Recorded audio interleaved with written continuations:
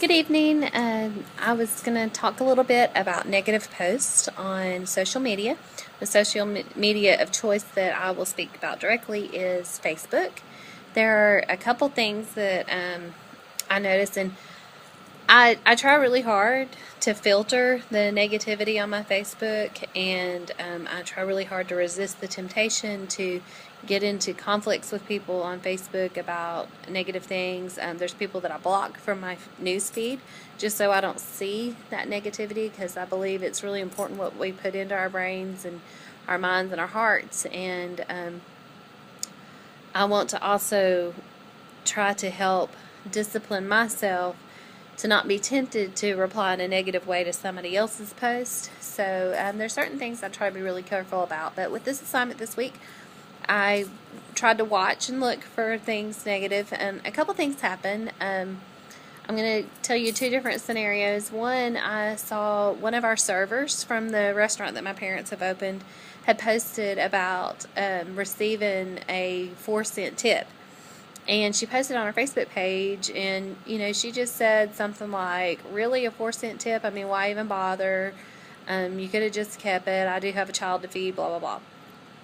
And of course, her friends were instantly jumping on the bandwagon. Oh, that stinks, and you should have done this, and you should have told them so and so, and girl, I'd have got myself fired because I'd have said, I'd have told that customer what they could do. And so I felt the need to expand the conversation, and I jumped in and just tried to point out that something we try to teach our servers, and that's remember that we are there to serve. And that's serve expecting nothing in return, and that you have to take the good with the bad. And while, yeah, you may have got a 4-cent tip on that one, the table next to it may have seen that, and they might give you a $20 tip, and you just never know. But you serve people for the act of serving, and the tips aren't guaranteed. They shouldn't be expected. They are just part of a reward for us giving great service. And we're not always given those awards, but we're not guaranteed it. And but we serve anyway. And so immediately she jumped right back on and was like, "You're so right, I'm sorry." And it was funny, I noticed that after that, none of her friends, there was no more negative feedback. It just kind of shut it off.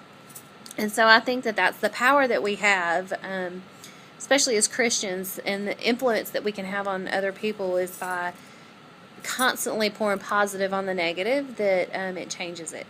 And same thing with in my jewelry business. If anybody posts something negative about having a tough week and having shows, or a cancellation maybe in their jewelry show, a lot of times, like I said, I'd blow right past those. But I've been trying to jump back on and say, oh my goodness, God had better plans for you that day, or just trying to let them see, as Singe said, more from like a steward perspective of, it's not about me, it's about others. And if we focus more on them and what's going on, and look at things in the total perspective of, this is God's plan, not my plan, then we can see a little bit better where that might be leading. So anyway, I hope all that makes sense. But again, I think it's cool just to see that like the Bible says, we can be light in a dark world, and that is what we're supposed to do, is shine our light, and even if it is in those little things. But